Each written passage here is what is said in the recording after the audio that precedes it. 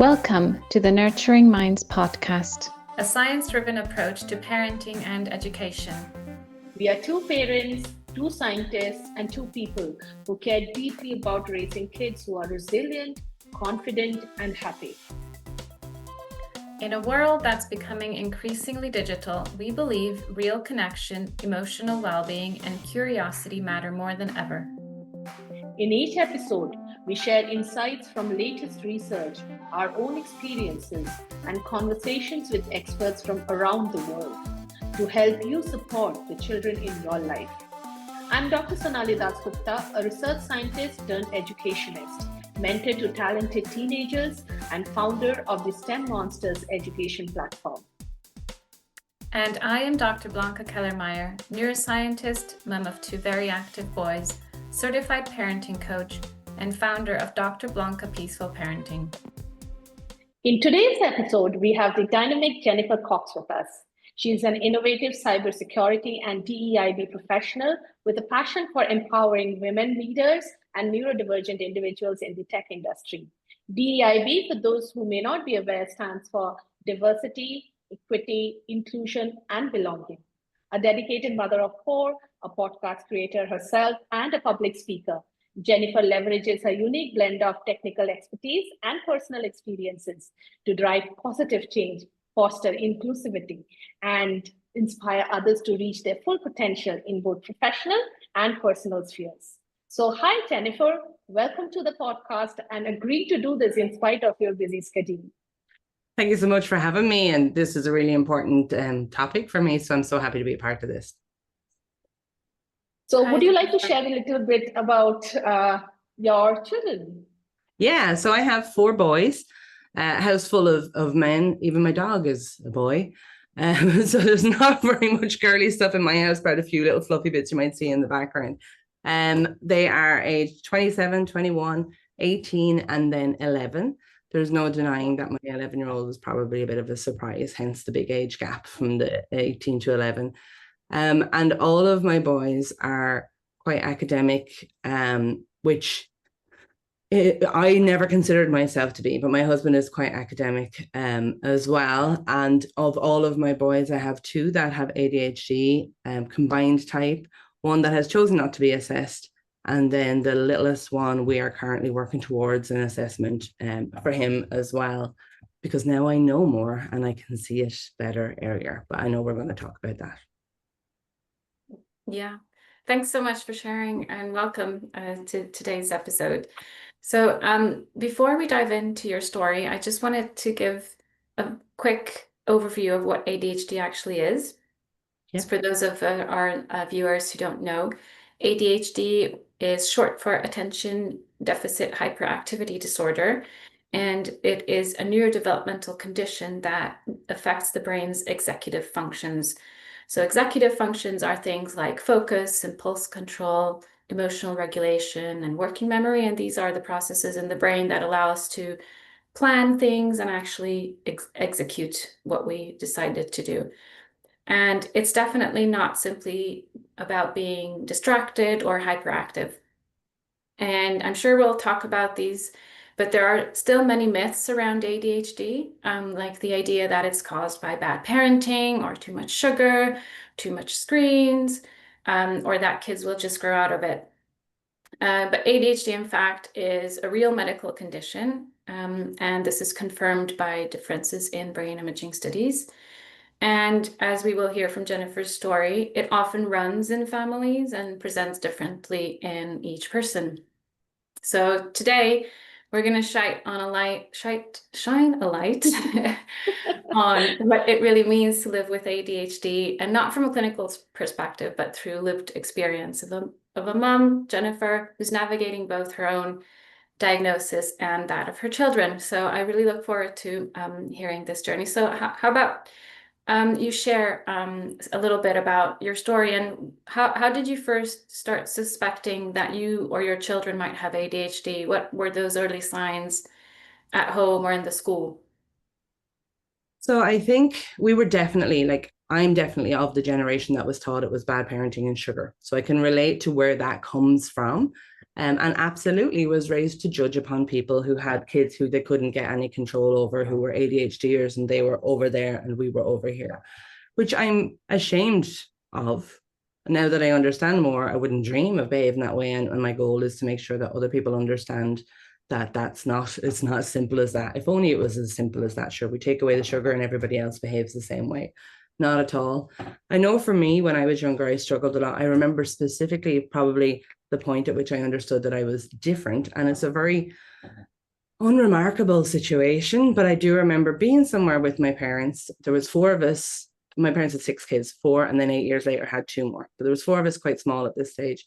And we were at an event, and my mother asked me to go and get a balloon for all of the other 4 because I was the only one that would talk to people and go get it. The rest were quiet. I went, I got the balloon, I brought it back, and she raved all day about how great I was because I was the only one that would, go and talk to people and do the, be outgoing as such from there. And I remember consciously thinking at that time, even at around 4, that this is how I'm supposed to behave. This is how I'm supposed to behave to be right or fit in. Exactly. Or good, quote, good. Yeah. Exactly. So, and then from that point on, I remember many times after that, consciously changing my behavior to try and fit what the norm was. But I didn't understand what that was, obviously, at the time. There was points in my life where I look back now and I go, oh my gosh, I burned out several times. Certainly, by the time I left primary school, by the time I was in, exam years or before exam years in secondary school, I didn't end up going to college, burned out again there, as a new mother, like several times where I didn't realize that I was overwhelmed. And that's what it was. The reason I sought an assessment, I was 43 and I was well into the symptoms of perimenopause. And I'd gotten to a stage where I couldn't finish a sentence. My memory was so badly impaired by the perimenopause, and between hot flashes and all of the aches and pains and all of the other joyous things that come with that. I realized that I was concentrating so hard on trying to manage the symptoms of perimenopause that I could no longer mask and manage the symptoms of ADHD. And I still didn't know what it was at the time, but I guess I always suspected. So I sought the assessment, got the assessment, chose to go on medication, although I will admit at least 50 or 60% of the relief and the recovery for me was simply the confirmation that's what it was. It was something that had a name and I could call it by that name and I could explain why I did things differently. But when I went on the medication, then that immediately for me relieved anxiety that I didn't know that I had and helped to keep those symptoms under control. So I could focus then on treating and figuring out what to do with the perimenopause side of things. So once I'd done that, then my kids were adults at this stage. So most of them, sorry. Then, of course, I was always very positive about ADHD to them, like bearing in mind the rearing I had and how we were taught to think about it. Excuse me. But so to them, it wasn't a negative thing. So when they saw how well I was doing once I, was diagnosed and I was able to talk about it openly and how much I talked about it openly, then I think they saw that, hang on, there's a lot of these similarities in me. So we started to look at it for them too. Now, we did look for one of my children, we did look for it earlier when he was about 3 or 4. We had concerns just about, he definitely was high energy. He was getting ready to go into school. We brought him for an assessment, potentially for autism. And I remember the assessment, we waited for months and months and months to get it through the public system. And when the lady came in to do the assessment, within 5 seconds of coming in the door, she said, no, he doesn't have autism because he looked me in the eye. And I was like, really? Yeah. Yeah. I remember thinking, maybe I misunderstand how this works, but she said, no, there's no way he has autism because he's making eye contact. So that same child is now an adult and has been assessed. He has ADHD with autistic tendencies is the way it's put. He hasn't been put through a full autism diagnosis. But he when we treat those autistic tendencies as autistic tendencies, as we call it, he thrives because he's given the room to change and do things ever so slightly differently in whatever he needs. So I believe it was missed then. And I remember at the time having to fight so hard to try and get that assessment form and wait so long and all the stigma around it at the time.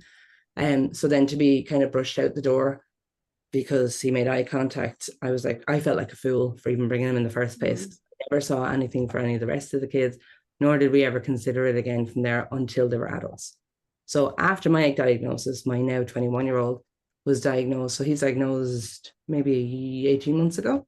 And he's combined type, I'm combined type, and my 18-year-old was diagnosed 2 years ago with combined type. And that's when I realized that combined type for me is very different to combined type for both of them. And they're even polar opposites to each other with their combined type. And that's when I got onto a really steep learning curve about, okay, ADHD isn't just hyperactive, or isn't just, as we're learning about in women, that is hyperactive, but in here, that can be that way for men also. And then the combined type, it's like they've got this long list of things, and you just randomly pick which ones somebody's going to be impaired by. And then the next person has this long list, and it's a different kind of random combination. So communication, certainly in our house, is at the key of any successes that they're going to have. We're constantly explaining why we need certain supports and how we want things to be done in order to be able to understand it.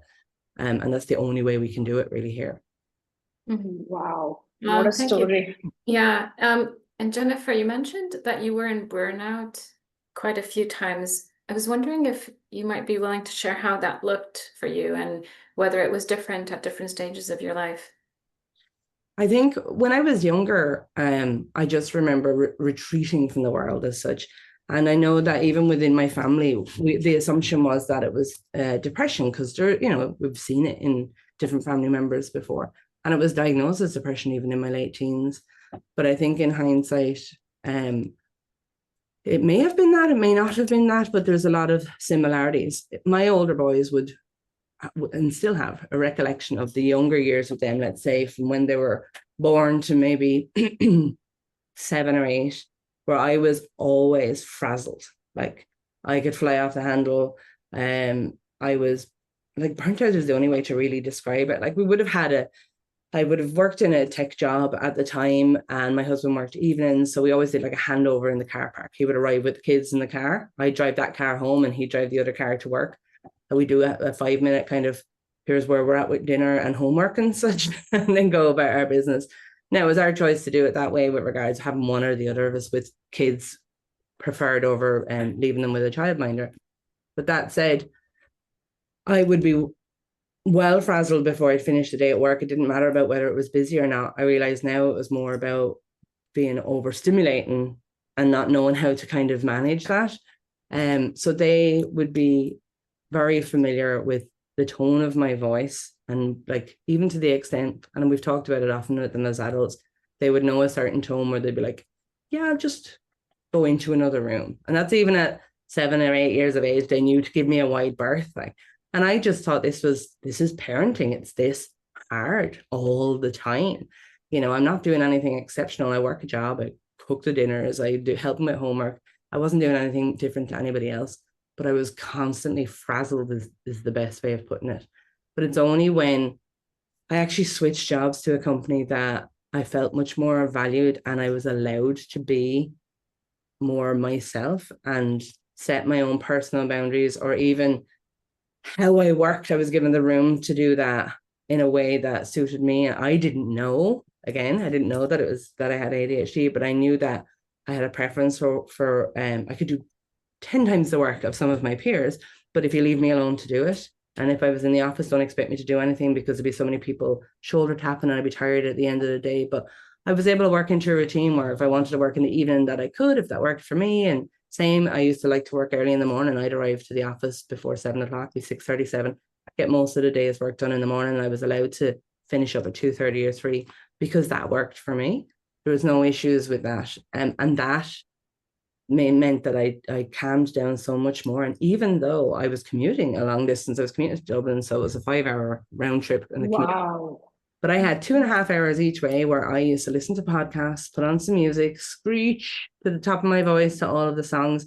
And I realized that what I realize in doing that, what I was doing was regulating myself before I got home and getting any stress out of my system and sorting myself out. So when I got out of that car, when I came home, I was ready to go into the mom role and do the things that I had to do as such in the evening. And I was so much, I think calmer is probably the best words. And like my youngest is 11 now, and the older boys always laugh at say that, like, I think he'd actually fall to pieces if I ever shouted at him, because it doesn't happen, because he's only known me. He was 1 when I moved into that other job. So he's only seen me respected and satisfied and, you know, calm and collected, shall I say. I still do get annoyed. Who doesn't? You know, and I still do have times, like now I know when I'm overstimulated as such, and everyone at home knows there's a particular chair I sit in at home. I get my phone and I play matching games. And if I'm really bad, I'll face the corner. And they just go, and I won't be cross or anything. I just know that, like, it's a lot of energy to hold conversations. And if they want me to be in a really engaged conversation, even if they give me just 20 minutes, I can actually sort myself out and then come out of it and be in that conversation.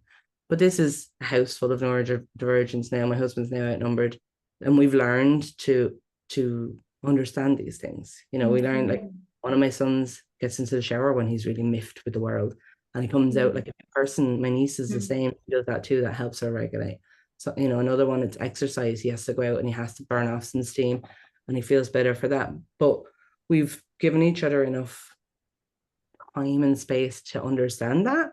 And then there's no issues. There's none of this, like, why aren't you eating your dinner? You know, and it may well be a case somebody's anxious and overwhelmed, and fine, come back and eat it when you're ready to eat it later. You know, do your homework straight after school. When my youngest comes home from school and he's like, oh, he just can't. There's so much socialing, as we call it, or peopling.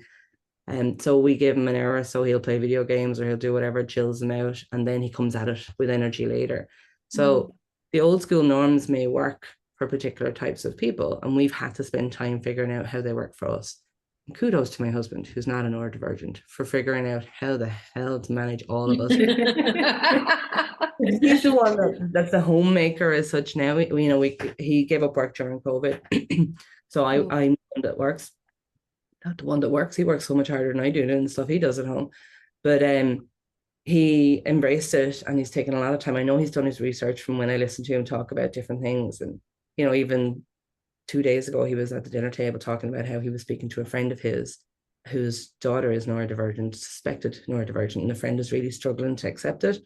And he talked about how he explained to his friend that it's not a negative. It's just about handling it a different way and perceiving things differently. And I never felt more proud, because, you know, he's older than me and he was raised with the same old school attitude as well, that it was all sugar and bad parenting. And here we are, turned full circle.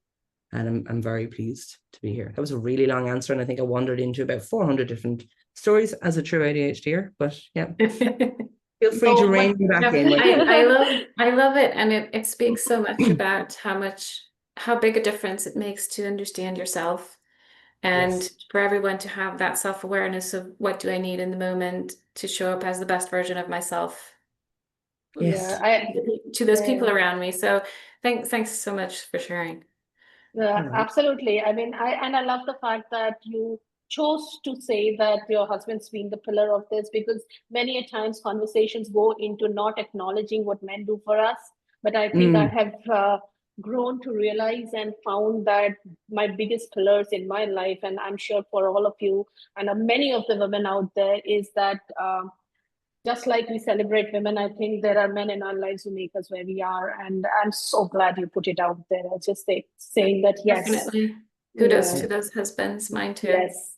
And parenting, as the word says, you know, we are not single parents, it's parenting, which means both people are equal partners. And if a child can manage and negotiate a certain pathway, it is equal credits to both the people, equal credit to both parents. He's the one that makes sure, like, that everyone has what they're supposed to. He does that what would you call it, like the heavy load that we always talk about that women typically carry at home. Like, there's sometimes when I'm really engrossed in what I'm doing at work, you'll see like a hand arrive in here with a plate of food, because he knows that I'll work the whole day and I'll forget entirely to eat. You know, he's the one that buys like pre-prepped dinners if the boys are going to work or anything, or going to school even, because he knows that they're not going to eat the sandwiches, and he tries to make sure. He spends a lot of time thinking about what everybody prefers, what he's most likely to give them, that they're going to eat, that they'll be sustained in order to do what they've got. Oh my God. I was just messaging I don't know if you know, Jennifer, but I've got an ADHD combined type my son, he's 8, and I was just complaining to a friend yesterday that it's the meal planning and prepping is just so exhausting, Yeah. making sure that it's nutritious, that it fuels his ADHD brain in the right way, and that he will also eat it. Yes, it's a lot. Like, and then like one day they'll just decide that thing that they've been eating forever, that they're like, I'm never eating that again. But my 11-year-old, we discovered recently with him, they get hot meals in school and they can pre-order it, but they order it like a week in advance. And I'm just thinking, there's no way he's going to know a week in advance what it is that he wants to eat. But we've discovered that, much like I would have been when I was younger, he likes grazing. So we get all these little things that come in small packets, like, mini, those little Snacks. pepperoni things and grapes and fruit and cheese and whatnot. And he builds out his own whatever he fancies himself the night before. And he actually does take responsibility for it and do it, which he never did with his lunch before. But now that he's got stuff he's actually interested in eating, he'll go down to the selection he has and he'll prep it all and have it done the night before. And we don't have to think about it, other than to remind him to pack it. But even honestly, the last couple of times we've thought to remind him to pack it, it's already done, because he gets excited about it. And we're like, we're learning. We're getting there. We're figuring these things out ourselves. From myself and the other boys then prior, we'll get there eventually. Yeah, it's that interest, right? Once you get them to be interested in doing things, then it's so much easier. Yeah. Get them in. Yeah. No, I really love the fact that how you explained the fact that when with your older children, you were not really there, and it was still the traditional parenting style. This is how parenting is supposed to be, because a lot of the times parents and adults, we are also learning. Parenting is also learning on the job, right? We don't get practice of it, and we end up believing this is how parenting is supposed to be. But you have to evolve with your child, and that's what makes it the most fulfilling part of the job. So I love the fact that you said that by the time your younger one now, who is 11, is seeing a more calmer side of you, someone who is in control, and someone who is able to give more care probably to their emotional needs, as opposed to your older ones. And that's only because you've shaped your parenting to suit your child. And that's probably one of the things which gets overlooked a lot of times, because the perception is that parenting is just parenting, but parenting is actually adopting to your child. And would you like to share some of the things? I would like you to, if possible, I know you mentioned in the last time you talked about it, but from your elder child to your younger one, what are some of the conscious things that you have put into your schedule or routine which has helped him see a calmer side of you?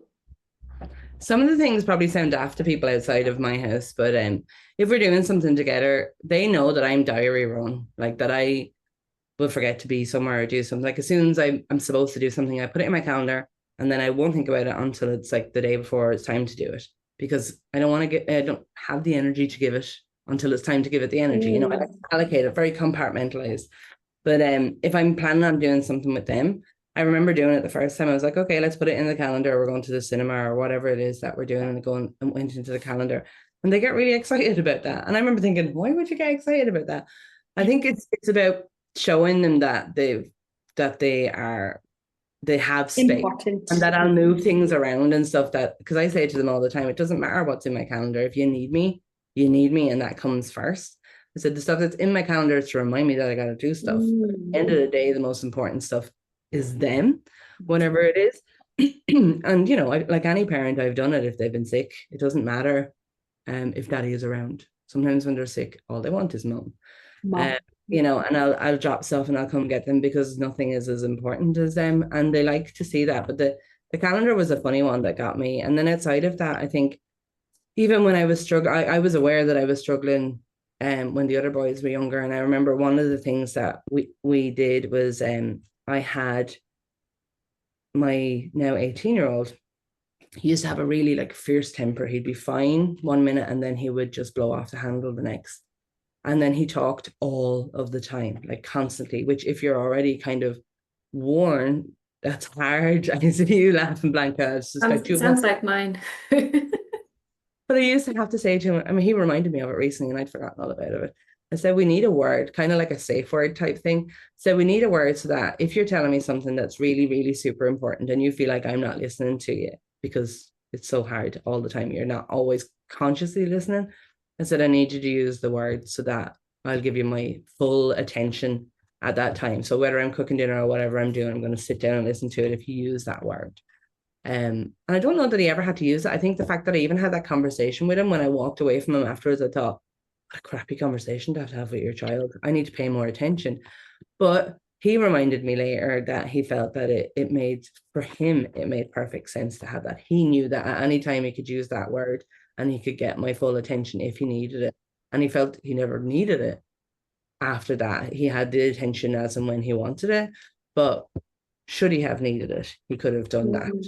And it was just, I was on the spot, I was always pretty decent at coming up with inventive ideas and creative ways of doing things. And then I was always a talker that would often overanalyze things. But with the boys, I think the thing that stood to me the most, even through those earlier, hairier years, was that we often talked about how our behavior affected other people. What would it be like if somebody else was in your shoes, you know, so that they got a good perspective of, ironically, of how their behavior would impact somebody else. So, and I was aware of how mine did too. And I always apologized if I was snappy with them. I'd always apologize later once I did not even calm down, when I did regulate as such later. Because even those words matter now. It's different to what I would have used then. I would have said calm down then, but that implied that I was angry. And I'm like, I wasn't angry. I was just overstimulated. And when I regulated myself, I was good. And they would never go to bed with me like being angry with them. You know, it would always be a point at which, sometimes even through gritted teeth, because I was still burnt out, but I would have that conversation with them where they knew that I was never angry with them, that I was tired, or, you know, that I was frustrated, or I'd use all the words that I could to explain to them that this was a me problem, not a them problem, and that I always feel that they could talk to me. And that stood to me then when things changed, when I moved jobs and I started to change, and we continued that conversation. They were comfortable saying to me, going, this is so weird, like you're seeing in a good way. They're like, it seems how you're doing, but we haven't seen you being so mad in a while. It's great that you're happy. And then I hear them talking to their own friends about that and the progression of that and what it's meant to them. And I think I'm grateful that at least in the midst all of the flames and fire, that was a consistency that we had, because I think conversations. Yeah, I think without that we mightn't have been as close as we are now, and we may not necessarily have come out of it as well as we did now. So even now as adults, like they communicate well. Like if they're obviously angry or annoyed, and we're very good at picking up, even though they don't look any different, we're very good at picking up something's a bit off, you know, and we'll tackle each other on it. We have one free pass in our house for something that we know is going to drive everybody mad when you ask them, but we have to be allowed to ask it, which is, did you take your meds? And I remember saying to my husband, if you ask me, have I taken my meds? I want you to be able to ask me, because sometimes I might forget and I might be a bit more wired. And I said, he goes, I'm never asking you. He said, because what if you fly off the handle? I have taken them. I'm just cross. He said, that's not safe to ask. So the rule we used to have is, I said, okay, I'm not, if I promise to never fly off the handle when you ask me, will you ask me? Like, because sometimes you need to check that everything's good and it's working. So he asks me sometimes. And then the same rule when the others, one chose medication, one didn't. But the one that did, like, we had the same rule in house that you have to get a free pass, because I want to check that they're okay, that they've remembered to take it and that they've done it. Or if they haven't taken it, that they've consciously chosen not to and they're aware of the difference. Because sometimes you don't know it in the moment that how differently you're behaving. And yeah, you can see, like, my husband sees it in me, he asks me, and I'm like, it's like somebody asking you, like, or telling you to calm down when you're angry, you know. So he'll see me go, and then I'll go, fair enough, I haven't taken it's the only free pass. But with things like that, if you talk about them in advance, people tend to, it's the fastest I can ever reset myself is with that question, because I've agreed in advance not to fly off the handle. So I have to not fly off the handle to respect it. I love the fact that I really, really love the fact that, and we've been saying this a long time, right, Blanka, that communication is the core of having a peaceful, not just a family, peaceful society. But then I love the fact that how you've adopted the communication style to match the outcome that you want. And it just needs so much thought. It might seem easy, it might seem like common sense, but it's not so common. So kudos to No, you. and I love that what you talked about, the repair. And I think that's just so important, especially with kids who are so egocentric. They think that whenever we're angry, they internalize that it's because of them. Yeah. And the fact that you take charge and you tell them you own your own actions, that's so huge, because we also show them that we're human, that we can also go off the rail, and that no one's perfect. And we normalize that imperfection, sort of. Yeah, and they do that now. They do that. Yeah. They get angry or fly off the handle or impatient, which, to be fair, it doesn't happen a whole lot considering the combination we have in our house. But when they do, they're actually much faster than I am. They'll on the spot go, it's just me, XYZ is annoying. None of you, so because they know that my instinctive reaction, which is partly the ADHD, is to go, oh God, what have I done? Even if there's something else, they have to exclusively go like, no, this is not you, this is a me thing. Yeah. It's just objectively looking at the thing without taking it personally. Exactly. Yeah. And I love that more and more people are talking about that internal side of ADHD, that rejection sensitivity, or that, you don't see, but it keeps your mind going off in different directions. And it's really, really exhausting, isn't it? Yeah. I mean, it happens a lot, I think, in workplaces, where your boss is like, let's have a chat tomorrow. That's it, I'm not sleeping tonight. Even if everything is rosy and you're not in trouble, you're like, I'm not going to sleep tonight. I'm worrying that they're going to spring something on me, that I've done something wrong, that I'm somehow in trouble. Then you have the meeting and you're not in trouble and you're like, relax. But you also knew you weren't going to be in trouble, but you still go through all of those cycles with the racing mind, worrying that something is wrong. Absolutely. Yeah. Okay. Just in the interest of time, I mean, I love this conversation. I think we could be here all day.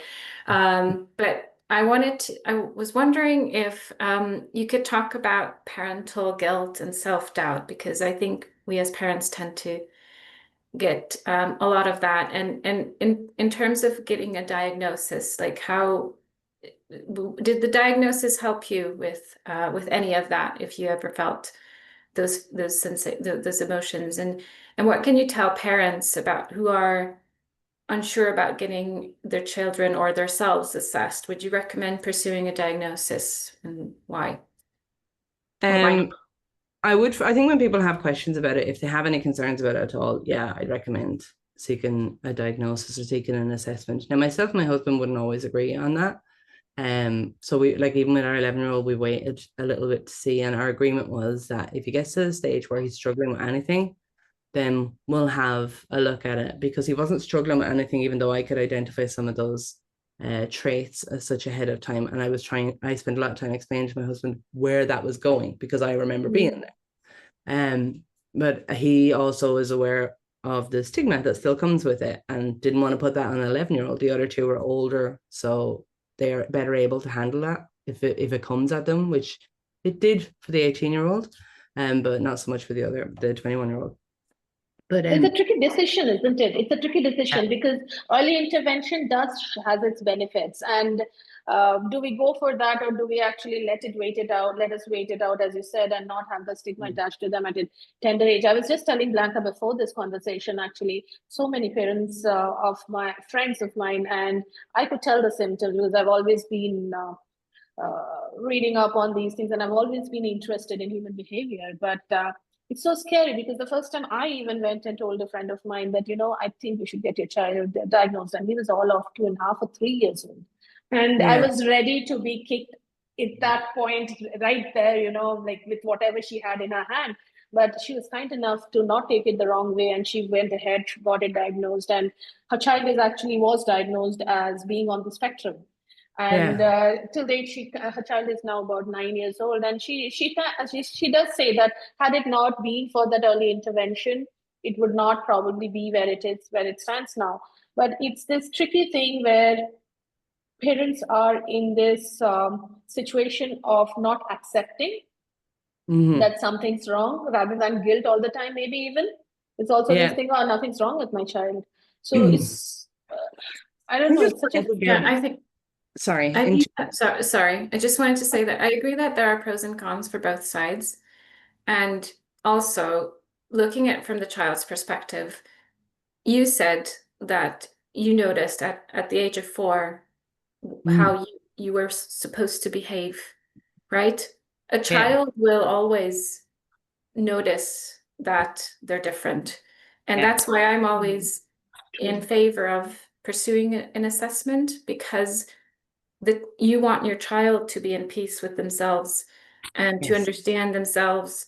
So even if you have we have our own issues as parents and adults with the diagnosis, the stigma or whatever, that's not on our child. So Exactly. I think, yeah. I agree, absolutely. And for me with him, we're like I say, we're working through getting an assessment for him now. I think that one of the disadvantages for us, which other people might actually go, that's the disadvantage, is that because my husband is academic, the boys are all really academic. Like I was an absolute tyrant in school. Like I just couldn't knuckle down and do anything. I have the stereotypical ADHD, like school reports that say spends all the time looking out the window, could do better. You know, I was really like by the book ADHD when you look at it. Whereas the boys always got on well in school because they loved it. They were thriving, like, on the thing they liked was the learning and all the academia. So to come along then and suggest that maybe they have ADHD seemed an even bigger, like, polar opposite to what we were actually seeing results wise. I mean, these boys like have all scored 500 odd points out of 600 for their leaving cert. I came out with like 380 because I barely turned up for that year.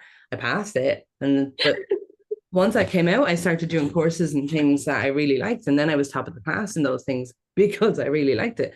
But I still spent the next 20 years wondering, am I actually stupid? Can I just not do the academic stuff? Because of how the school system was. But because of that with the boys, because they were actually performing really, really well, and they're generally good, they're well behaved. So they never came up on anyone's radar as off track. Typical little, All of it, a lot of it for them was kind of internal and definitely not over emotional, but they took everything to heart and everything was scarring. If it was any kind of a failure, whether it was academic or somebody looked at them sideways, that rejection side of things hit them really, really hard. And there was basic, as they got older, it was the basic things they struggled with, like the routine of eating or getting up on time for trains and buses, all of that kind of stuff, or being overwhelmed by social situations. And then it just got more and more difficult. And for them, they're kind of going, hang on, I was like top of the class for everything. How can I be struggling with getting a bus on time? So with the younger chap, because we know that little bit more, I mean, for us, half the battle is not even for us, for anyone, I think getting the diagnosis and having something to call it, and then all the guidelines and help around how and working around it. And now you're validated. Like for me, it was validated. I can say to somebody, I've had enough people time now. I'm going to go home. If I'm out after work or something and people go, okay, because I have ADHD. When I didn't have ADHD, they were all like, no, hang on, stay, do this, do whatever. It wasn't considered acceptable to leave. Stupid, really. But it wasn't considered acceptable to leave. But now I can draw boundaries and draw lines on what I need and what I don't because of it. Outside of any medication, any treatment, like that's massive. And it's like an extra level of autonomy that you're giving them, because now they understand how the world works in relation to them, and that they have to control so much of that. They're the ones that have to decide where you're kind of molding the world to your form. So, yes. Instead of trying to fit to it. Instead of trying to fit in. Yeah, I mean, that's so important. Absolutely. I love the fact that I think this is where our education system also fails. We've been talking about it at the beginning, and we again keep coming back to that, how society tries to put everybody in the same box, in the same shape, and everybody, ADHD or not ADHD, has different needs, and it just kind of gets amplified. So you need to work that much harder to mold it the way you need it to be. And actually, in the interest of time, I will ask you one last question, Jennifer, if that's okay, which is if there are a lot of parents who would be listening to the podcast. So if there was one piece of advice to the other parents about navigating neurodiversity in their families, one or two pieces of advice which you would go about. I mean, you have given lots of strategies that have worked for you, but for someone who is probably at a stage where they've been recently diagnosed, or they suspect that there's a diagnosis which may turn out to be true, what would your advice be to them? To listen. And I know that seems really like, of course I listen, I'm a parent, but it's a different level of listening. Like my son, who's terrible at getting up and on time for the bus, and he's 21 years of age. We had a conversation one time in the car when I was bringing him in after missing his bus for the 400th time. So I was bringing him in the car, and he was saying to me, he goes, Mom, if I'm within 15 minutes, I can get up, I can get dressed, I can get out the door, and I'm on time. He said, but if it's earlier than that, I just cannot get myself out of the bed. And I had him explain to me, like, was there any other, like, any situations where it could be longer? What happens if it's shorter? All, we just talked through the whole thing. And then I said to him, okay, so I set my alarm or whatever to call him 15 minutes before he's supposed to be out the door. And he gets up and goes out the door, no problem. Any other time he doesn't. So it's listening at a different level. It's not just about talking about our feelings. We're going to talk about them anyway, but in the practical things when they're really struggling with something, like it's with my younger son, I go, okay, if this could be done any way you wanted it to be done in the whole world, like let's just, like, everything is an option. How would you prefer to do it in order to get to B from A? And he'll walk, like with the lunches, he'll walk us through it. I'd much rather be able to pick and choose little bits and pieces that I want rather than try and make my mind up a week before what it is that I'm going to eat. So with that, it's just a roadmap created for them. And you need to identify those points where you need to listen at that level. And they're usually things that you and I will take for granted because we've now conditioned ourselves to be able to get up on time, make our lunch and eat our food and do all that. Well, apparently still not eat my food, but most of those things, like, we're able to do, and we're teaching them to do, and we're still teaching them how to do those things the way we were taught to do those things. And the reality is they can still do it, but we might need to just think about approaching it slightly differently. So if there's something that you see your child struggling with, like same again with the 11-year-old with the homework, we learned that giving him that hour to just do something else, he reset and then he comes back at the homework with power. So when you see them struggling with something, have a listen to what part they're struggling with. It's rarely the result they're struggling with, it's the bit where they're getting to it. So for me, that's key. And even just whether you have an assessment or not, we can do that and figure it out and then just adapt. Wow, I love that. Yeah, it's just so powerful. Just listening is so powerful, not just for families with ADHD. I think it's just for every single person out there. But it just and also it gives them that feeling of being understood, which is and it's empowerment on both sides, because you feel better for listening as a parent and they feel better that you've taken the time to listen to them too. Nobody loses. They're not, general rule, they don't just start talking about the universe all the way down to the blades of grass because they have your attention, which is a whole different issue if they do. As a general rule, they just want to be heard, or you give them the space to think it through. Maybe they also haven't thought that it could be done a different way as well. Yeah. Wonderful. Well, thank you so much. Thank you so much, Jennifer. Sorry. No, go on. No, I was just going to say that I think we're way over time, but I really enjoyed this conversation and I've learned so much from you, Jennifer. Yeah, this has been truly insightful. I mean, I know we have known each other for a while, but we've never had the chance to sit down and talk. And I felt it was really nice the way you opened up, the way you shared your struggles, your wins, your successes, everything with the world out there. And I'm sure that this is what we come together as a community to help each other with our wins and failures. So thank you very much for being on the show. And if you have any specific resources that you would like to recommend to the parents out there who are struggling with this, please let us know and we'll put it in the description of the YouTube channel. And for the parents out there, if you are struggling with this, please let us know. If you would like us to get more insights on this with other experts, other guests, we would love to get your feedback and we'd love to try to help you out in any way that we can. So thank you very much, Jennifer. Thank you. Thanks for having me. Thanks for joining us on Nurturing Minds. We hope today's conversation gave you something to think about or try out in your own life. If you enjoyed the episode, please follow or subscribe. Leave us a rating and share it with anyone who might find it helpful. And if there's a topic you'd love us to explore, feel free to message us or leave a comment. We would love to hear from you. Until next time, stay curious, connected, and kind.